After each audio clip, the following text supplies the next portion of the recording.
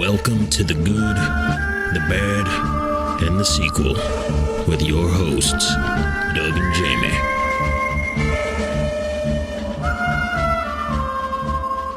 We are back, and this is the movie podcast where we're talking sequels, and we do it in two parts. The first, an interview with an actor or someone involved that made the film worth watching, and the second, a discussion of the sequel, what they got right, what they got wrong, and how it could have been better. I hope you enjoyed last week's interview with Joe Alves, production designer on Jaws, Jaws 2, directed Jaws 3, and so much more.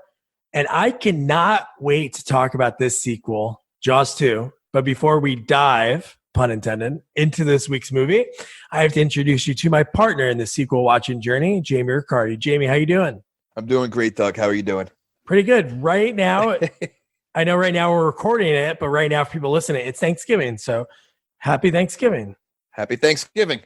I am thankful for good movie sequels and bad movie sequels, but I'm very thankful that Roy Schneider did this movie. Well, I'm thankful that they made a first Jaws. Yes. Because I really enjoyed that movie, and I did watch it first again just to, bring me back to what, when I first saw it. I don't know if I could say the same thing about the second one. Oh, okay. Well, we're going to get into it then. But real quick, fun fact about this movie, Roy Schneider didn't want to do this movie. He didn't want to do it so bad. Just before they were shooting, he went to the Beverly Hills Hotel and went crazy, screaming to try to get committed. It was in his biography. I knew that story when I started watching this movie. And honestly, I think you can tell he did not want to be there. Like, there's a lot of scenes in the movie where, like, if you compare his acting in the first movie compared to this movie, there's a night and day difference. Oh, yeah. He was acting like going for an Oscar, performance. The second one, it looked like sometimes he was going through an emotion. Like, he just like, all right, I have to be there, and we're gonna do the best I can. But you could tell he did not want to be there. And can you imagine being on set with a guy who's starring in a movie who does not want to be there? Like, it had to be chaos daily. Yeah, and he almost fought the director. All right, let's jump right into this. So this movie got right to it.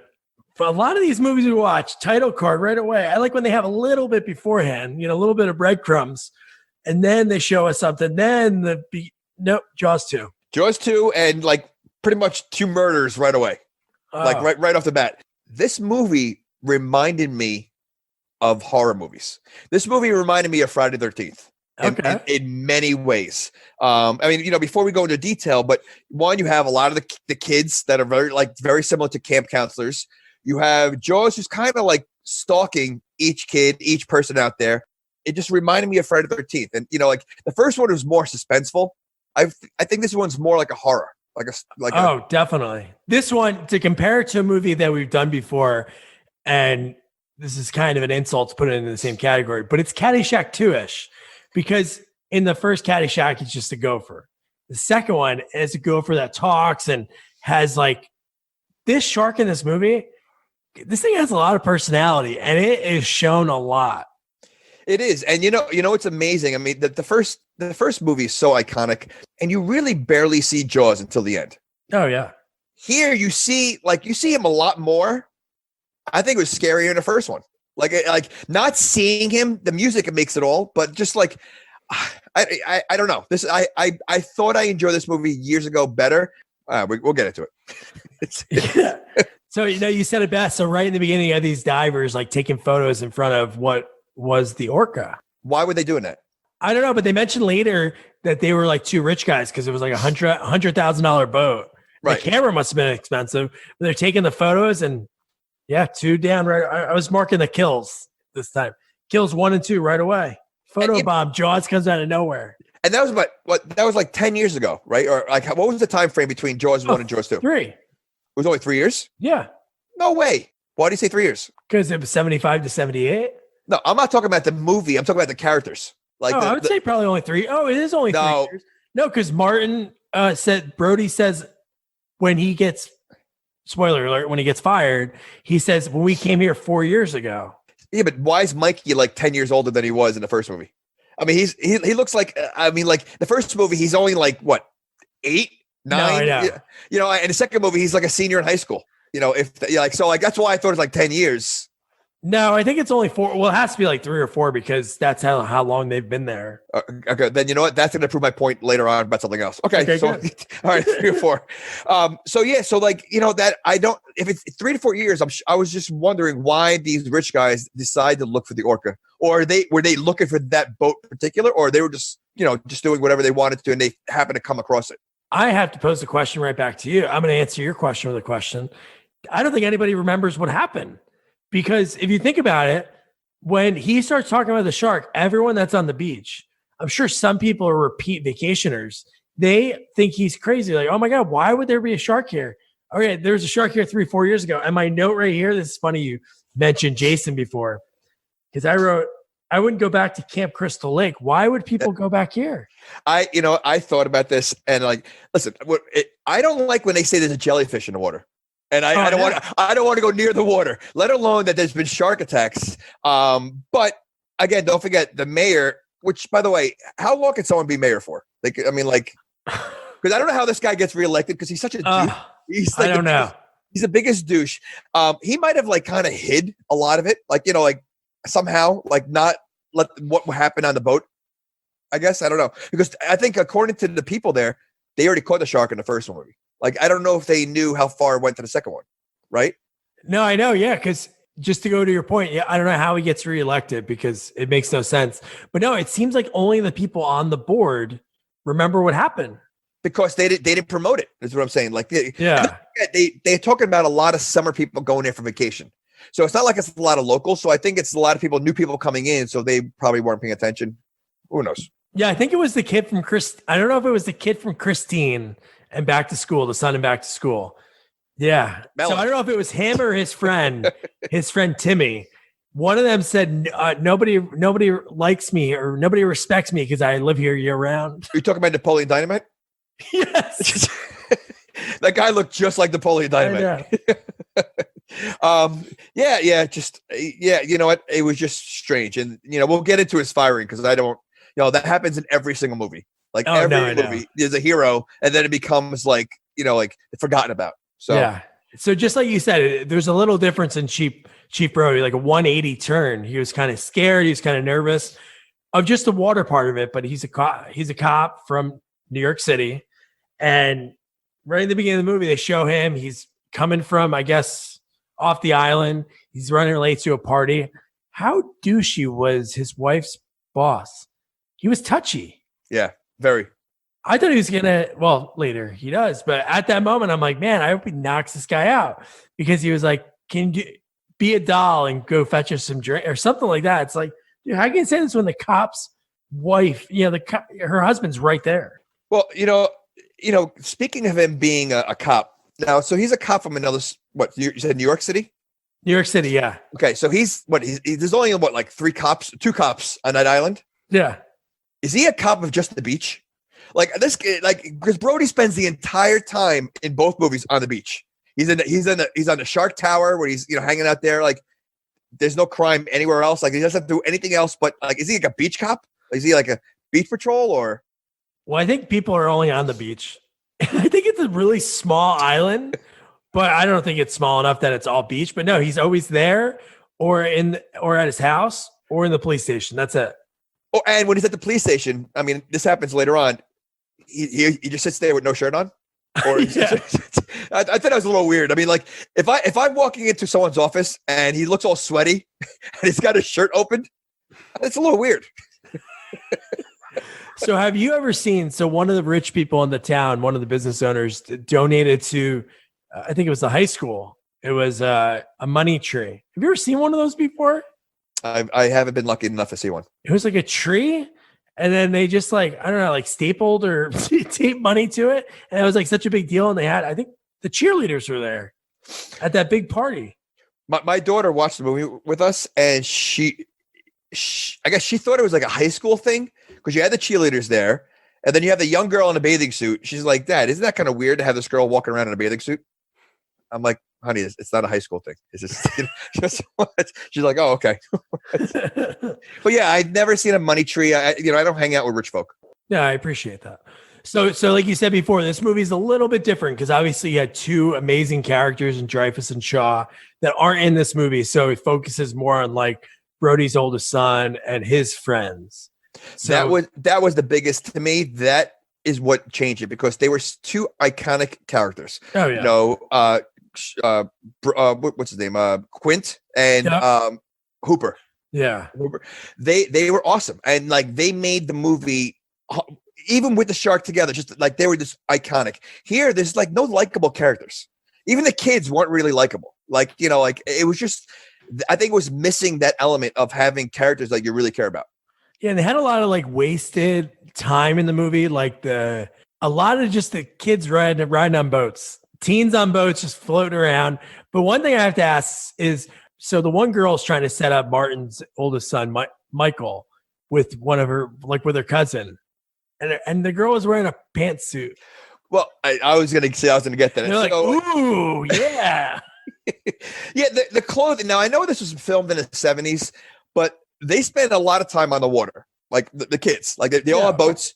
No one wears a bathing suit. They're all in jeans, button-down shirts, collared shirts, pantsuits. Like that's what they use to go on the water. Like I've been on many boats. If I'm going to spend the day in the water, I'm wearing a bathing suit.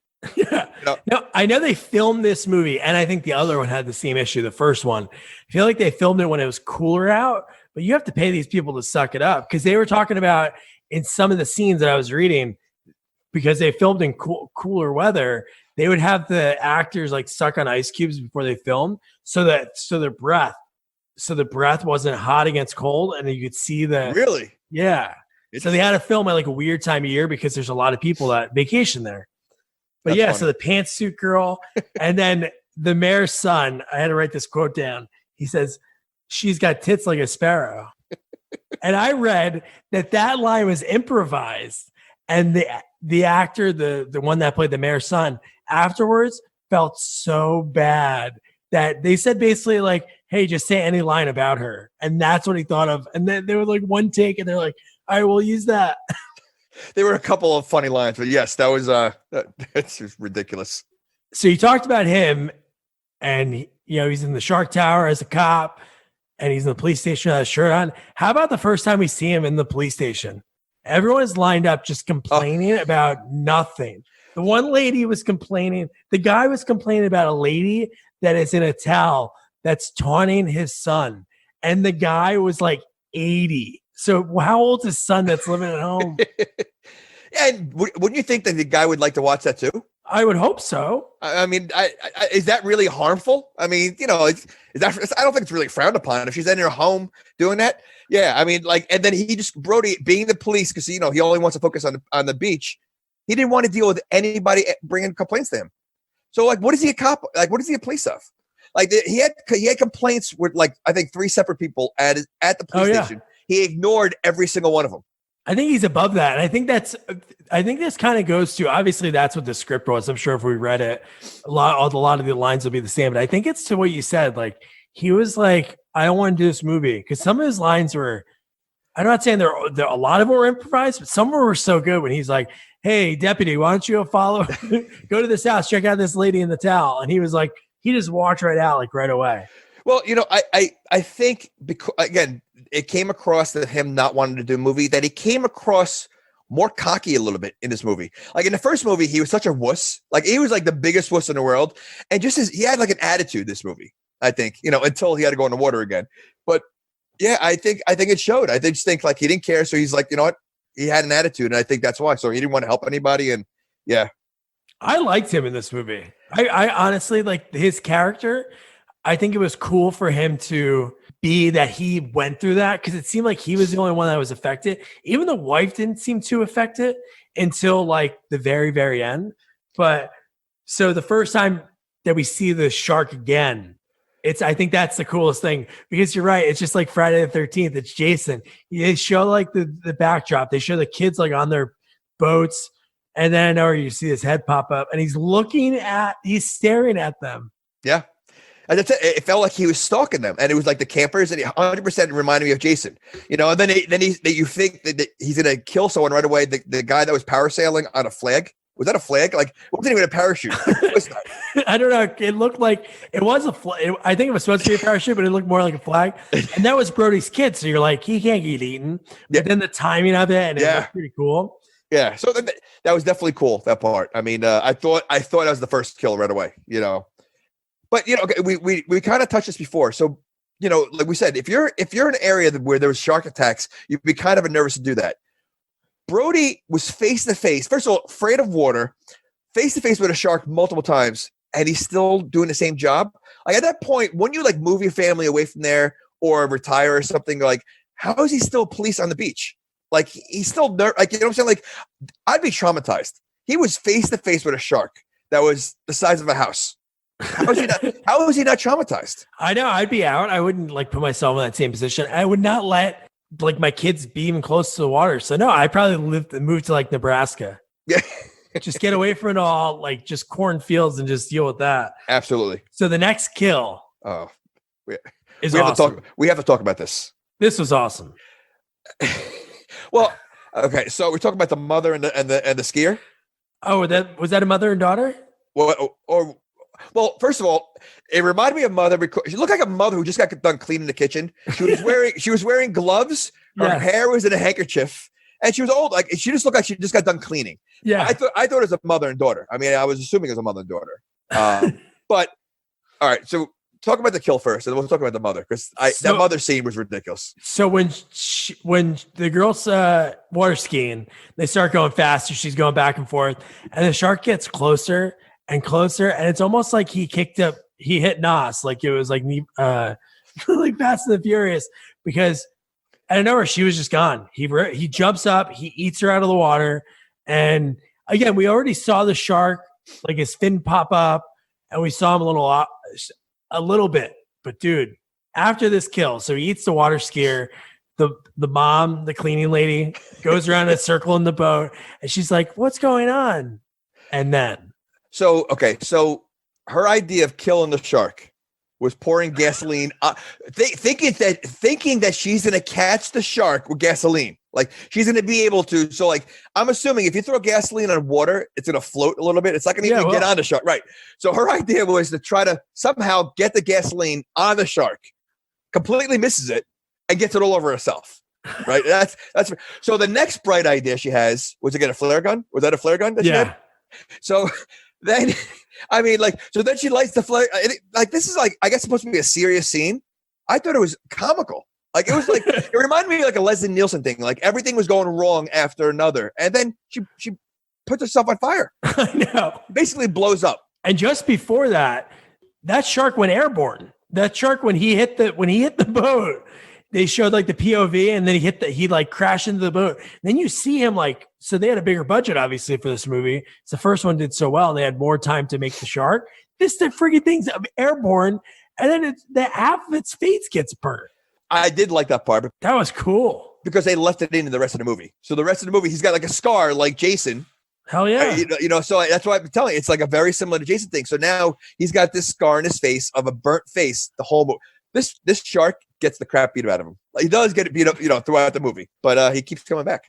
Why did they show the young couple that were like, they were hooking up in the dunes, and then they were like, I want to go water skiing. The one girl runs up, she's like, let's go do that. And then, no, we'll do it next week. She's like, you always say next week. And then the explosion goes out. Then they run to the house where there is a mom and daughter just hanging out and watching it. And then they're giving play-by-play to Brody showed up, right? Yep. Yes. Yeah. And it looked like it was the only house on the beach. It was, yeah. So you have all these people that are there all the time, and there's one house on the beach. So, yeah. And then Brody goes there, and right away, I like how he starts talking. I guess, well, he didn't find the girl. He didn't find the body yet, right? Or like, No, he didn't find it yet, no. Okay. All right. So, yeah, I guess does he think it's a shark yet or no? Right away? No, I don't think he thinks it is just yet, because he said there was like an explosion. Okay. There still hasn't been any, like, they haven't found anything yet. But how about when he tells his deputy? I think it's the deputy, right? Is that what he keeps calling him? Yes. He goes, why don't you go in there and dredge the bottom of the ocean? So he's dredging it. And it's cool the way they like just place that out of nowhere when he pulls up the power line. And I'm like, a little foreshadowing. Yeah. Yes. Yeah. Yeah. I liked it. And then then that couple, that we talked about earlier that wanted to go water skiing. The boyfriend put it off. They find a killer whale in the middle of the beach. Yeah. How does it get there? I guess it could wash up with the tide, but it was way too far in. It was very far. And then first of all, the whale was huge, and it was way deep in there. I don't know if the tide could push something that massive that far up, But so that's where Brody sees the bite, right? The bite. Yeah, and we have to talk about his conversation with the expert that came in, the Hooper, the female Hooper. Yeah. Well, I do like how Brody starts talking about the circumference of the bite. Like he was taking a lot of stuff from Hooper from the first movie. Oh yeah. So he was kind of a professional this time around, but the woman was it was almost like a robot. The way she was acting, she seemed very just robotic. When he said, "I think it's a great white shark," and she goes, "A carnarius concarnating?" I'm like, wait, did you just shout back the Latin phrase in front of all these people on the beach? Because there were people around. And then how about, this is a cool part of the movie. And it kind of it's cool, but it's kind of corny that he asked the question. But when he looked at her and he was serious, because I think after he saw the bite, he was like, do you think they can know when another shark was hurt or killed? And she's like, what do you think? Sharks have feelings? And I'm like, dude, this one does. Well, yeah. Well, I don't know if this is this one. I know the third one is related, right? It's revenge. So it's the fourth is revenge. Okay. All right. Third is 3D. Yeah. Fourth is the one that follows her from there to. So are these supposed to be in the same family? These sharks? I don't know. They don't explain that. But he knows who to go after. He does. He knows exactly who to go after. So then he goes to try to talk to the mayor again. And like we said before, this mayor sucks. He really does. And he's basically like, huh? Like in the first movie, he would do this crazy stuff. He'd be like, yeah, there's a shark on the beach. He's like, yeah, I think this year we're going to have the best rentals that we had. It's like, what? So this is, okay. So this is where the 4 years to me. Okay. So if it was 10 years, it makes it's better, but 4 years. So it's not that far along from the last disaster that happened. Yeah. And he still doesn't believe Brody. After what happened, how many people died in the first movie, he's still poo-pooing it and saying, no, yeah, you're crazy. It's not this guy is a jerk. He's really he's unbelievable how he still he doubts Brody. And he doubted Brody up until the scene where his son went to chocolate in the first movie. Yeah. And when he was at the hospital, he's like, I'm sorry, I thought I was doing it. And that's when he made him sign to sign Quint. And that's when they went after him. So he obviously knew, he felt bad. He doesn't care anymore. He's psycho, man. He's nuts. Maybe if he was like, let's shut down the beach, the other guy that runs against him be like, no, I would have kept the beach open. Screw sharks. And then he would have won, because they only make their money in 3 or 4 months. Quint made that joke. And he was like, oh, you're not going to be able to have food in the wintertime. What if the mayor is in cahoots with the shark? And what I mean by that is, listen, obviously people are still going there, hearing about shark attacks. That he want to go there maybe to see the shark. So maybe he's allowing the sharks to come in, brings more tourists there, which is bringing more money. What if sharks, what does he pay him? Or he says you can eat a few. Well, I'm not saying he's in cahoots with the shark and paying him. Oh, I think you meant that they had a deal. Well, I mean, he's the one bringing the shark in somehow. He's transporting the sharks in. So now people are going to, they want to see the shark attacks. And then they get excited when all these fishermen go out there to get the bounty on the shark. Let's bring in all fishermen come to town. Now that newspapers are taking pictures of the people that catch the shark. I mean, I'm just saying it could be a money thing. So you're saying Mayor Vaughn, he has a shark guy that he has dropped the shark off. He has a shark guy. And target people. I thought you said, when you said cahoots, I thought he meant, the next question, my follow-up would have been, how does he pay him? Do sharks use money or? Well, the first movie, the one shark they caught had a license plate, a tin can, and a few fish heads. Yeah. So it doesn't take much to pay off a shark. So Brody, he wants to go out and he wants to check out the water, which again, this guy's freaked out of the water, and he's even scared to walk in, even just walk in shallow water. Even he takes his shoes off and he rolls up his pants and he gets in there. He sees something floating. As that lady, she's attached. Her burnt body's attached to a piece of the boat. Well, he saw what looked like a piece of wood at first. Yeah. So I saw the movie a long time ago. I jumped a little bit when I saw the lady. Oh, yeah. I wasn't expecting that. But was I didn't think the wood was that concerning to him that he would, that he was concerned about it. Like it looked like driftwood. Like I didn't think it was much of it, but he went out there and then first of all, he left the body out there. Like he left the wood and the body, and as soon as he saw it, he ran out. Like he left. Like I don't know. This is where he's crazy for the rest of the movie. That changed everything. Because the next thing he does, he goes into the office. He's putting liquid cyanide on the bullets and then burning wax to keep it in. This is when he has no shirt on, or his shirt's open? I think this is when his shirt's open. Yeah, he's going crazy. He looks, even like his whole face, he's all red, sweaty. He's all sweaty. That's what I'm saying. Like, imagine you walking in someone's office is all sweaty and the shirt open, and then he's quickly hiding something. As soon as the deputy went in there, he covered it real quick. When you think something like wacky's going on, I would think something. And the deputy was looking at him like, all right, what's going on here? But he never questioned him. Like he saw him grab the stuff when he left. He was. Well, deputy's lucky to have a job. He's not that good. No, he's definitely like Deputy Doofus. I gotta go to work. It's like, what else are you doing on this island? So his weapon of choice again is a pistol. I know he's loading those bullets up, but again, this is a huge shark, and his weapon of choice is a pistol. A pistol with cyanide. Okay. If a droplet does anything, are you a cyanide expert? I am, and I did a lot of studying in college. Oh, okay. Yeah, and that would have been, that would not be my first choice. I would go for the harpoon again. Maybe a harpoon. I don't know if I had a pistol, but it definitely scares a lot of beachgoers with it later on. So. Oh my god! So I love the way. What's funny? I remember this movie as Hooper was in it. But that was my memory as a kid. I'm a kid. The last time I saw it was probably like 10, 15 years ago. But then it was just a phone call and he wasn't there. They called him at the house and basically said, Matt Hooper, he's on the same thing that he gave up in the first one. They used the same name of that one outside Australia. Yep. Swim with the sharks.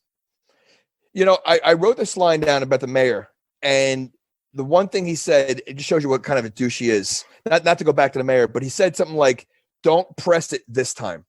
Yeah. So he knew, so this is after he saw the lady. He's now, I guess this is when he sees the mayor again, right? Yeah. So this is before he should start shooting at the beach.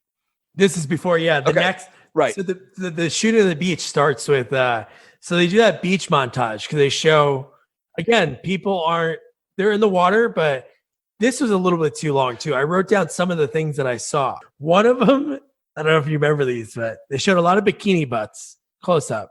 Yes, three women walking forward. Yeah, and it was like, all right, are they going to cut away? They also showed a lot of people dressed in clothes on beach blankets. I know. So how about there was a guy that was taking a photo of two women? Did you? Yes, I did. Yes. He looks at them and he does the motion to, come on, get a little closer. Come on, get a little closer. And then they finally get closer. He takes a photo and then they go back after the butts. They show them again with the guy taking another photo. But dude, when he's in the Shark Tower and the real estate developer, because that's who Ellen Brody works for, the real estate guy, they're trying to show off oh, this is our beach. People are in clothes on the beach. It's just weird. How is that a selling point? But he's like, oh yeah. He's like, oh man, he's in the tower. Maybe nobody will notice. And then some lady, hey, they were wondering, what's that guy doing up there? Within seconds. There's right after he said that. And his excuse, and he's like, sometimes people use it for bird watching. Look for birds up there. That was the best answer he can give. I know. He was really he looked like another actor, but he was not even close. He looked like the guy that was in the guy that played in Big Daddy, the father, but younger. He's in a bunch of stuff, Transylvania. Yep. He kind of looked like him, but this guy sucked. I hated him. He was so ridiculous. The way he was hitting on Ellen and just how, again, he dismissed him too. He must have lived in that town and known what happened. And he was like, I don't care. I just need to sell new buildings here. Hence, bringing sharks in, attracting. I'm telling you, they're all in cahoots. So he's in the Shark Tower and he's looking out and he sees something. And I'm like, oh, dude, is this shark about to go crazy and eat people? And then, dude, when he runs out there and he pulls the gun out. Well, first of all, he's saying, get out of the water, right? Yeah. Okay. Not one person moved. Now you got this cop who's screaming, "Get out of the water!" It took him. He must have said it about 10 times before they finally started getting out of the water. But he was screaming it right off the bat. No, they all just looked at him and stared at him. I know. Like again, this is a town that has sharks. The second someone says, "Get out of the water," I'm running. Oh hell yeah! But yeah, so they started. First of all, he also before he even started shooting at what was out there. How about the guy that stole the raft from the kid? Like it was complete chaos. Like it was every man and woman for himself. Like they left kids out there. They were trampling on everybody. The one guy stole the raft to paddle his way in. Like, I love when he pulls the gun. When he lifts the gun up, they show like the front shot. So you see the back of the beach. You can't see the water. Then when he's about to pull the trigger, there's still a kid right there. And he just fires it 6 times. And I love the off camera. They probably didn't do it. Hey, that's just a school of bluefish. And he looked crazy. He looked crazy. The fish was not close. Like the shadow was pretty far out there that he thought he was going to hit it with the pistol, like a shark. I mean, I still don't understand that. But yeah, and he's shooting while a kid's out there. I know. So then right after that, which I don't know why he wasn't fired on that spot. Why not right there? He gets canned. But it's not like he's the head of it. So obviously the mayor and other people are in charge. It's kind of weird. I don't know. The guy fires a gun in public right near people and just nothing happens. And then how about the real estate guy makes his wife leave? Yeah. Come on, Ellen, let's go. It's like, wait, my husband just fired a gun. Well, that I wrote that down. So, everybody's leaving. There obviously is panic. He looks like he's in really big trouble right now. His wife, he didn't make her leave. He said, "Come on, let's go." She could have stayed. She left with the real estate guy. Why didn't she stay back with her husband? Like, give him support. I don't know. That's what made no sense to me. And then she actually left. I thought when he said it, she was going to because he was kind of pulling her. I thought she was going to break through and go, but no. And then right away, the next time we see him, he's going to the photo mat to see the developed photos from that diver's camera because they couldn't see him. And dude, he has some, again, I love how pissed off he is in this movie. So he has some great lines like the lady in the towel. Oh yeah, that's great. I'll come and take a look. But he's getting it developed. The camera store owner tries to make small talk and he says, "Don't jerk me around." He was angry. He was angry this movie. And this is one part that can't be in movies that are set, in the last 15 years. It wouldn't make sense, but it was dramatic waiting for that film to develop. It was cool. It was cool, but it was very long. Oh no, I know. It was almost too long. Like they could have cut it down. Like they kept going back and forth. You see the white paper, and then he showed another scene. They see the white paper again, another scene. They might have seen the white paper about 3 times, and then you started seeing it slowly kind of picture, and then it went back. Like they made it very dramatic. Like what are you going to see? What are we going to find on there? And all you see is an eye. I know. I get why they did that for the next scene, but it would have been cool if it was something that was better. But it was very well. I think they did it purposely because obviously it was kind of difficult to make out 100%. So I guess they had to use that as this guy's crazy. Oh, dude, when he takes it to the meeting and they're hanging out, the same people that hang out every night, it seems. Yeah. Even in the first movie, the same lady, the sassy woman. She owns, I don't even know what kind of story she owns, but she's super sassy. And they're passing the photo and they're like, "I don't see it." And it's late at night. What are they doing late at night? It's late at night, like midnight. Look like very dark. No one's out, and these guys are having a meeting. I'm hoping they're worried. Maybe that's why they didn't seem too worried. Maybe they're figuring out how to pay the shark. See, I bet you the shark was in the back room. I love when the mayor. This is what's great about Mayor Vaughn. He knew how crazy Martin was. He's like, "Martin, it's okay. Give us the photo again. You take a seat, and then it'll be all fine." Then the next scene, dude, he's pissed drunk. Brody is pissed drunk. Well, but you know what though? But see, I didn't see it that way. I didn't see it as the mayor seeing how crazy Brody was. It was the mayor trying to make Brody look crazier. See, I don't think Brody was crazy, obviously, because he knows there's a shark out there. He was crazy for that moment of shooting at the school. Yeah. But he knows there's a shark out there, where the mayor is now like, "All right, you know what? This guy's going to bring bad press here again. We can't have it. So we got to make him look crazy." And that's what they did. because they really they looked at it. Fine, we'll look at the picture again. They already had their answer. They already knew they were firing him anyway. They made it look like let's discuss it first, and then the next thing they didn't even show you, but he was fired. Yeah. But again, this goes to show you that they do this in every movie. Like even Bruce Willis, he could save the world, and then the next movie, everybody hates him. like they forget all the stuff they do. This guy saved how many people that could have died in the first movie, and now they act like he's like a loser. No, I know. Well, I guess if you fire 6 rounds into a wave when there are people around, I don't know. Yeah, but when you're the beach police, you're allowed to do that. That's part of the training. You don't fire at targets, you fire at waves. So one thing we didn't talk about before, but it's something really small, but is when he's like, you wanted a summer job to his son. He's like, you're going to start, he was like having him paint buildings. So he'd be out of the water. He's like, I want your boat out of the water tomorrow. So then when his dad's hammered and I think the wife got hammered with him too, they sleep in late. Michael and then the little brother convinces Michael to take him. They go sailing. And dude, this scene when they show the little brother's first of all blackmailing him. Oh, I know that's true. But yeah. So when they go out there, they show them go onto the water. For some reason, he lets his little brother go with some woman in a different boat, which is kind of weird, Well, they're all friends. They're all friends, and I guess he showed the other girl. Okay, you're trying to hit on this one girl. You really want your little brother around? No, that is true, but he's old enough to know that there were sharks and people have been dying, or at least they know. Yeah, but maybe he thinks his father's crazy too. Maybe.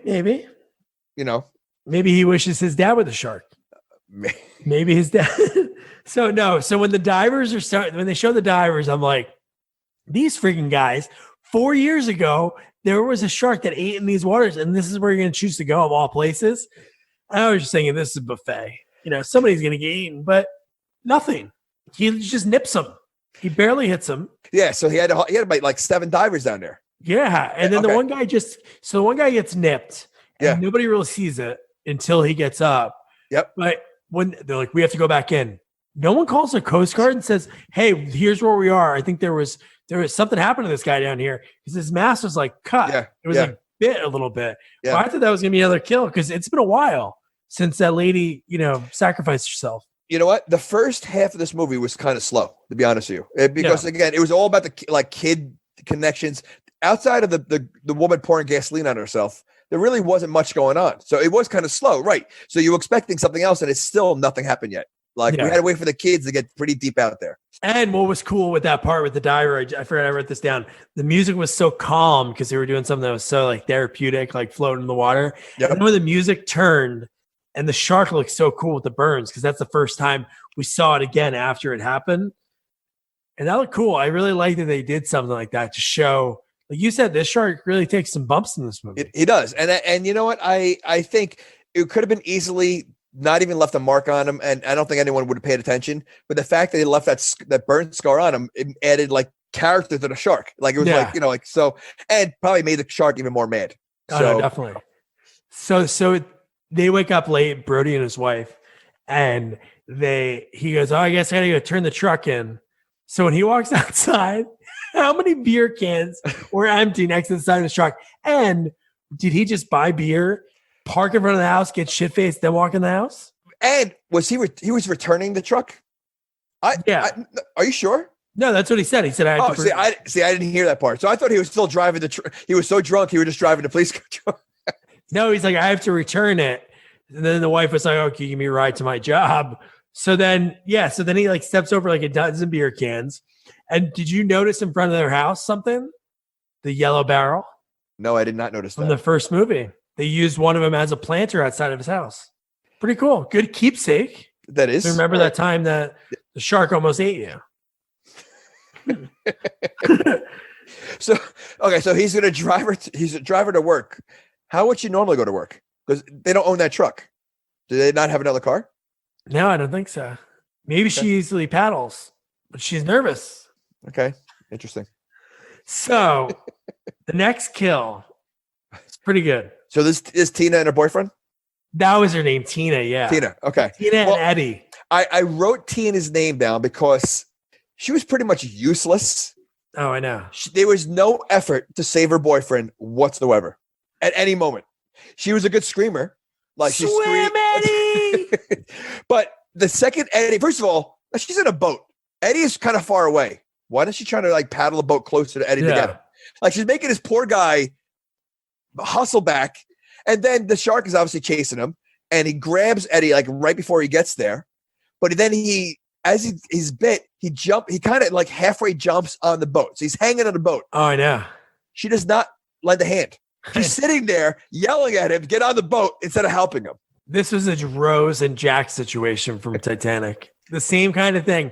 She just like watched them and then she just laid there. There was a shark in Titanic? There could have been. Nobody was around. Nobody knows it was an iceberg. That is true. Could have been a ginormous shark. Okay.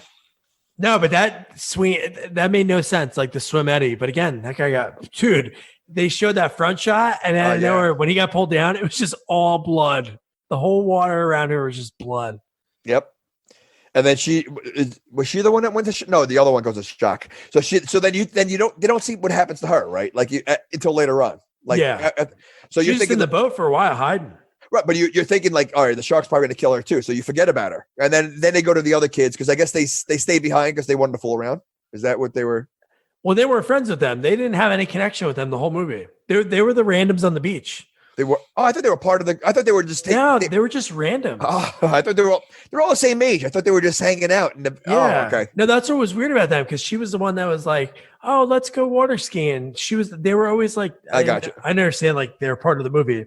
So the next Brody finds out because remember the ambulance. Yep. So he starts finding it. He like is. So he chases it. He chases the ambulance. Yeah. And then that's when he finds out the guy said, "Oh, I think it might have been." He says it was a shark. That's all he said it was a shark. And then he finds out from the deputy that Mike's on the water. So he just thinks his oldest son's on there, which is freaky enough. Right. When he finds out his youngest kid, that gets even crazier. But dude, when they are just going out there, he takes the boat. The deputy is like, "Hey, I'm in charge." So, okay, he knows obviously it's a massive shark. He knows by the bite marks. You wouldn't take a bigger boat. That was a tiny boat. That was a tiny boat. It didn't look too sturdy. Like it looked like a Popeye little thing boat. I mean, you would think. I mean, again, in the beginning, in the first movie, you're going to need a bigger boat. He said it twice in the movie that you would think he would have went out there with a bigger boat. That boat did not look like it was going to help anybody. So I have the $1 million question. So he's a cop from New York City. Yep. When he did this job interview, no part of it was like, you don't like to be on the water. He didn't know how to start that boat. That's why the deputy came out because he's like, all right, I'll start it for you. And he was the one that was driving the boat the whole time. But then later, Brody knows how to drive the boat. Well, does he? Because he crashes into the so he does crash. He does like he goes there to save the day, and he kind of like almost like ruins the whole thing. So yeah, he's good at fighting sharks, but not really driving a boat. Yeah, which I guess if you're gonna have one or the other, the shark one really comes in handy when there's a giant shark. It does. So they show another montage, lots of teens on the water, and then they find the girl on the boat. They find Tina, and then Brody he goes on a solo mission. He goes, "Hey," he starts wailing the horn. He's like, "Hey, come over here." He's like, "They'll take you in." And he just leaves his wife. Well, right. And first of all, why would he take his wife the first time? Like when he knows there's a shark out there, you're going to take your wife on the boat who has no like train. At least Brody has some kind of training, like whatever. You're going to bring your wife out there who's really going to be just dead weight. I know. Like, why would you risk her life as well? Like that made no sense. But right. Then he leaves his wife out there. How does he know the shark's not still circling around there? I know. And they're in a little raft. I know. It made no sense. Why would they? Yeah, it was such a tiny boat. It had damage to it. Yeah. Because the shark kind of like bumped into it. No, that was so stupid. Yeah. How about the next scene? The shark just circling all the teens in all their boats. It caused them to panic and flip. The shark didn't touch any of the boats. The people were like, "Oh," and they were all flipping over and over again. They look like, and I think I wrote that down. They seem like they don't know what they're doing out there. Like it's like they all borrowed their parents' boats and they just went out for because they really look like they didn't know what they're doing. However, it seemed like those boats all were loaded with a lot of rope. Yes, there's a lot of rope. Like towards the end of the movie, there's ropes going everywhere. I don't know if that's part of having a boat. Like you need a rope for some reason. Yeah. Like what? What do you need a rope for on a boat? Well, yeah, I guess you just have to tie it to the dock, but it doesn't have to be that long. No, but they had multiple ropes. No, I know. Usually, isn't it like usually attached to the boat? Like this is like lasso ropes. Like these are like ropes that they were able to. First of all, they were so long, and like they weren't tied to anything. Like it was just And the only boat that wasn't a parent's boat was the kid from Christine and Back to School, because his boat popped a hole.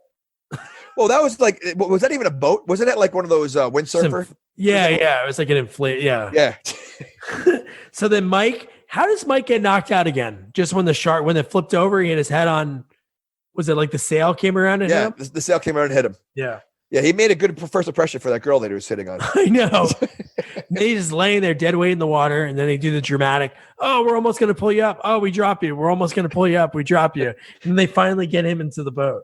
Yeah, I mean, this shark looks so good in this movie. It looks cool, honestly. I know they still use some live footage from like Australia where they film the sharks underwater, but dude, it looks cool.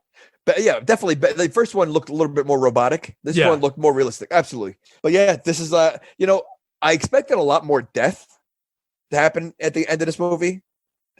How many? You said you're taking count, right? Yeah. How many people? How many?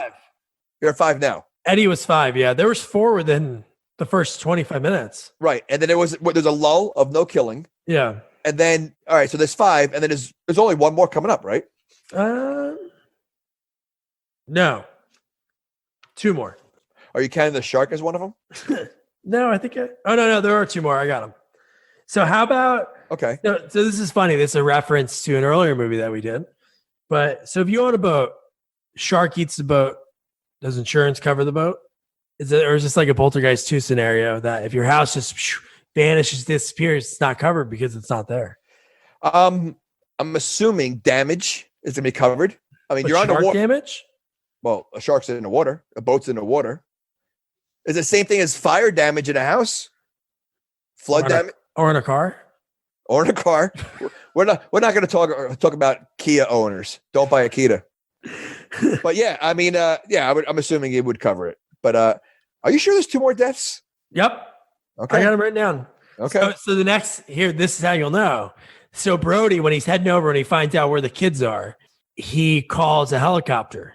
Oh yeah. Okay. Never mind. He calls the helicopter. He's like, I need eyes in the sky. Get over there. And he's like, fine.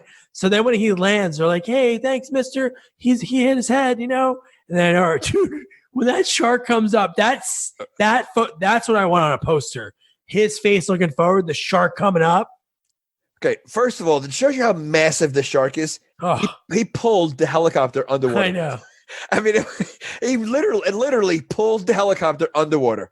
That was ridiculous. Like that whole scene was ridiculous. Like it's ridiculous. I loved it. It was so cool looking the way he flew up, and then he just bit it. What did he think he was going to do? He was going to drag them to that rock island? Is that what he was? Okay. He was going to attach a rope to a helicopter. Another rope. So they had another. Everybody in this town, it's like you when you go to the island, they hand you rope. Your ticket. Here's your admission to the island. A rope.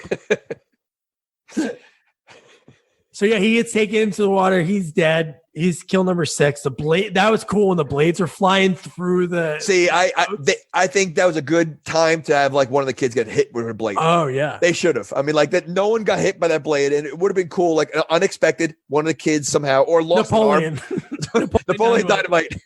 Timmy, or maybe just give him a little trim. Scalp him a little bit. So then that is right there. That's when it caused them to fall out, right? Yep. And then the girl that's with the little brother, was well, so the whole time they were stuck on a boat that was upside down. Yeah. The little brother and the girl, she was holding him, and they were stuck on that one boat. But imagine like how traumatic that kid's going to be now. Oh. I mean, like, bad enough that you're out there with the shark attacks and everything else, but like that was pretty brutal. That was rough. To me, that was like one of the worst kills, from the kid's point. I mean, that was just. Oof. He would have been good to have in like another, like a Jaws sequel, like Revenging and just like killing sharks. I don't know if they're both in the third one. And I think only one of them is in Revenge. Yeah, but I would think the little one, this is like a setup for a horror movie. Because Yeah. now the little ones would be like Psycho. And because I mean, this is traumatic. I mean, he witnesses a girl like that he obviously was friends with, who's older, get mauled right in front of him. Oh, dude, that was So like, yeah, I think that would have like that could have been like a cool like scene. And he came up. That you saw the shark pretty good, either hole. It was like the behind shot. He was like holding her hand. The shark swallowed her whole. It was awesome. Do you think she was like alive still, like like Jonah in the world? So like, so she's like sitting in his like the shark stomach. Yeah. She survives. That would have been cool. That would have been really. And then at the end of the movie, after like the shark blows up, she comes out swimming like she was. Or if she was alive. Oh, and then he killed. That's gross. That's sad. So Brody finds the teens. The shark scares the shit out of him. Again, he's seen them before. I guess there's only so many times, no matter how many times you've seen a shark, you're going to be scared. Even Quint was kind of spooked when he saw some of the sharks in the first one, but that caused him to crash.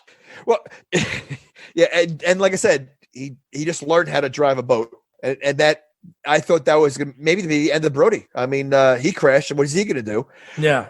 We skipped over this one part, though, this one line that Mikey says. So and I just wrote it down. I realized it, and then, not to go back, but so when Brody finds Mike and he says, "You're out here," and he goes, "Yes, my little brother, the little brother's out here too," and he goes, "You brought him out here?" So then the Mike goes, "Sean wanted to come. It's okay, wasn't it?" That's what he told his father. It was okay, wasn't it? No, it's not okay. You got death all around you. And what happens? He leaves them. Yeah, he leaves them. He says, "Just paddle over to the island." It's like, wait, what if the shark's right here? You're putting a son. You leave your wife. You leave the oldest son, and just goes. I guess the young son is the golden child. Apparently, yeah. So anyway, I have to say, big fan at the end of this movie. So we have the girl that's in shock now. Right, yeah. The one girl, and she's freaking out. Pantsuit, right? Then you have the other guys. You have Melon from Back to School, and the guy with the curly hair. They made it to the rock wall, so they were safe. So who's out there still? Well, the girl in shock. Shock girl. Yep. Yeah, she's still there, and I feel like it's that one guy that grabs her, and the son, the little kid. Oh, it was just them two. I think so. I think that. Oh, okay. I thought the guy that grabbed her when he was like, "You gotta come down. You gotta come down," like threw her onto the. That was weird. I thought he was the next one to go. After that scene, he should have been the next one to go. That's what I was hoping. He survived because he was with Mike. Yep. But the mayor's son should have got eaten because then it would have hit home. That was him. Yeah. Yeah. That would have been like that would have hit home if that like actually happened. But so then Brody he sees the cable, and then he swings out, and I think that was him. It looked like him, because he had the inflatable raft. He goes down to the cable and he grabs the oar, and he's just like banging it. Now, how does he know the power line is like on? Like how? Like first of all, I thought like maybe touching it would maybe give you some kind of shock. Though I mean, I'm not a power line expert, but like I'm not, but I'm sure it's like any power line. Like you can grab a power line. Would you? I wouldn't. But I guess when you're in that moment when the shark is staring you down. Okay, so you're talking about a power line that was like, first of all, massive, like quadruple the size that you see hanging around. Yeah. And you're over water. I would stay so far away from that thing. Like, but he had the idea that he thinks the shark's going to bite it. I guess because he knows, because that's the only way they can get electricity on the island. So maybe he knows it's that wrapped up. But dude, when he's whacking it, and it's like boom to cause the vibration. And dude, I love the end line's great. That's it. Come on, open wide. And then I'm surprised. I know he got out of the way pretty quick, but I'm surprised he took no damage. Yeah. And it just exploded. Which I don't know why it would explode. I don't think somebody would explode. Well, I also don't know, like, would the shark just keep biting it? Well, I guess once it's like when somebody gets electrocuted, like in Home Alone, when you start getting electrocuted, you're like attached to that current. Did you say Home Alone 3? Oh, Home Alone 3, the one that we have close personal friends from that. Okay. But no, so I guess the shark's like, but I don't think it would cause somebody something to explode. Like you never hear stories about, oh, man gets electrocuted. Yeah, but you know what though? Like you ever see Tango and Cash? When the guy with the big chin, he gets electrocuted, and all those breakers start exploding. Oh, that is true. So maybe. But no, the shark's on fire. You see, you almost see that it's not, spoiler alert, it's not a real shark. But you just see it just on fire inside, just weird parts of it were on fire. But and then it ends. Yeah. That was the end. It was like a fade out of Brody on the little raft with his son. And that was it. I saw the movie a long time ago. I thought there's gonna be one more thing. I thought the shark was gonna come out of the water my God. one last time, or something, and then maybe go back under, just pop out. I think that would have been cool, just to have him pop out. He's not dead. Oh, he's dead. That would have been Jason. That would have been the Jason, the Scream 2, right? The killer's dead, and they move. Even if it just moved a little bit. That's what I mean. No, but just didn't have anything else. But no, but just let him pop out he's dead. But just one last come out is he still alive? And then he's really dead. Yeah. That would have been that would have, I think, would have fit perfectly. You would not expect it, and that would have been. That'd have been cool. Yeah. So this sequel, this was one of the first movies that were number 2, Jaws 2, that weren't a Roman numeral, and the highest grossing until what was the movie after that? Rocky 2.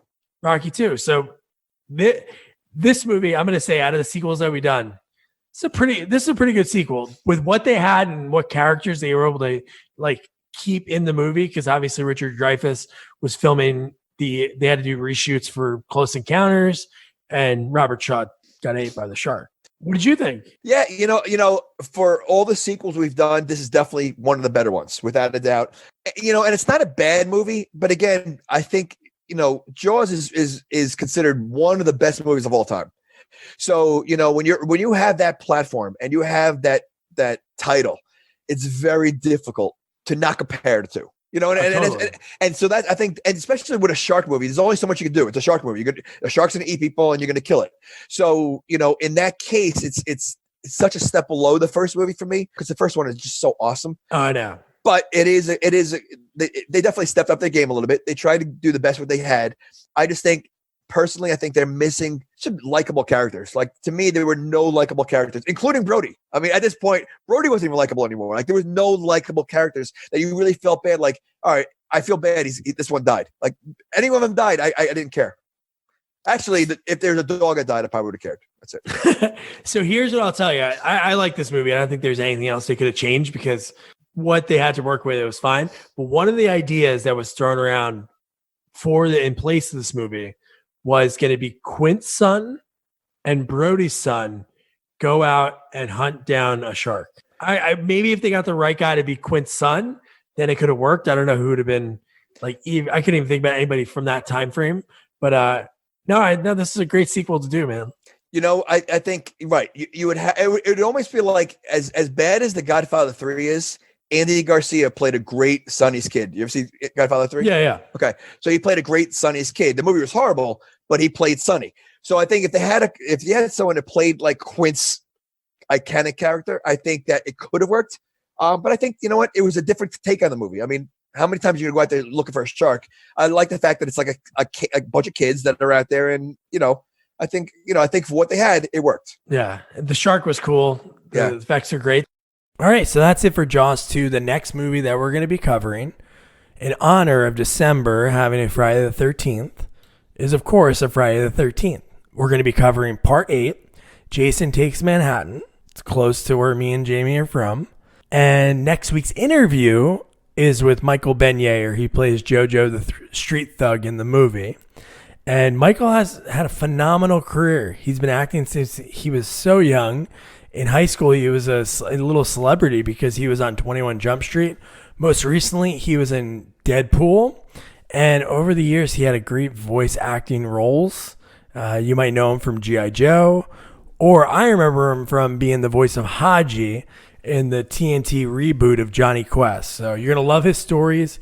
He has one about Henry Winkler and another one about the great George Segal. So yeah, tune in for that. Don't forget to review, rate, share our podcast, tell your friends, and then on all social media, follow us at Sequels Only. Good night.